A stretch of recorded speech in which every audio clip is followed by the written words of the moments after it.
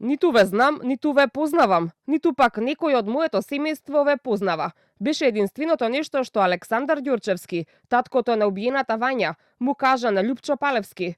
Тој побара да не одговара на неговите прашања, но откако барањето му беше одбиено, на секое следно прашање одговараше со "немам коментар". Претходно обвинителката Жаклина Крстевска-Јосифовска детално го испрашуваше обвинетиот Александар Ѓурчевски.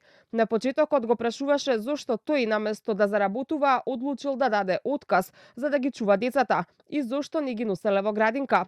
Ѓурчевски низ солзи се присетуваше на минатото поминато со неговите деца.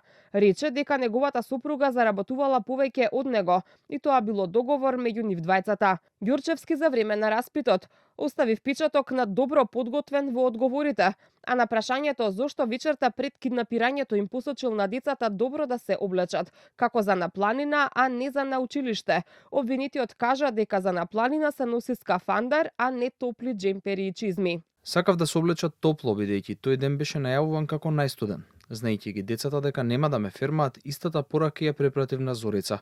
Но тие беа веќе тинеџерки и изгледот им беше најважен и се соблекле фенси, а не топло.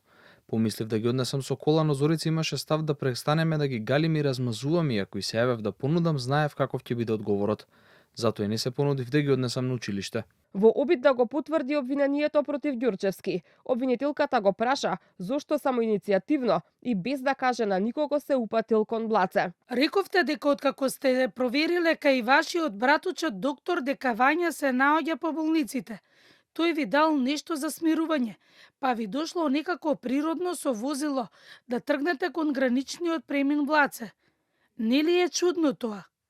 Откако ја завршивме потрагата по болниците, најблиските премини се Блаце и излезот од Скопје кон Ѓорче Петров. Јас имам пријатели кои ми се јавија и ми потврдија дека детално ќе се прегледуваат сите возила на граничните премини. Од тие причини, веднаш штом го поминав Александар Палас и најдов на невидена гужва во сообраќајот, решив да свртам полукружно и да се упатам кон Ѓорче Петров. Ако може да ве замолам, вие ги имате сите инструменти. Денеска можете да дадете наредба до безбеден град, со самото внесување на регистарска табличка ќе го добиете интегрално целото моје движење, цела недела пред и по настанот, а не парцијално да вадите тука снимка како се движам кон Александар Палас. А зошто не ја продолживте снимката уште 10 секунди за да видите дека се враќам назад? За адвокатот на Ѓурчевски денешниот распит покажал дека обвинителството нема никакви докази против таткото на Вања. Јавното обвинителство низ вкрстените прашања уште еднаш покаже и докаже дека нема никакви аргументи против Александар и дека тој е неосновано обвинет. Прашањата беа она што суштински значат вкрстените прашања. Едино што ми пречи тоа е една доза на лична дискредитација која се почувствува од страна на јавниот обвинител. Јавниот обвинител смее да дискредитира исказ, али не и личност на обвинетиот.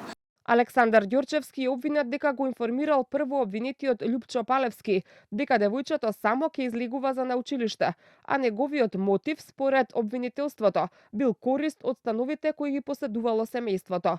Следното рочиште е закажано веќе в понеделник.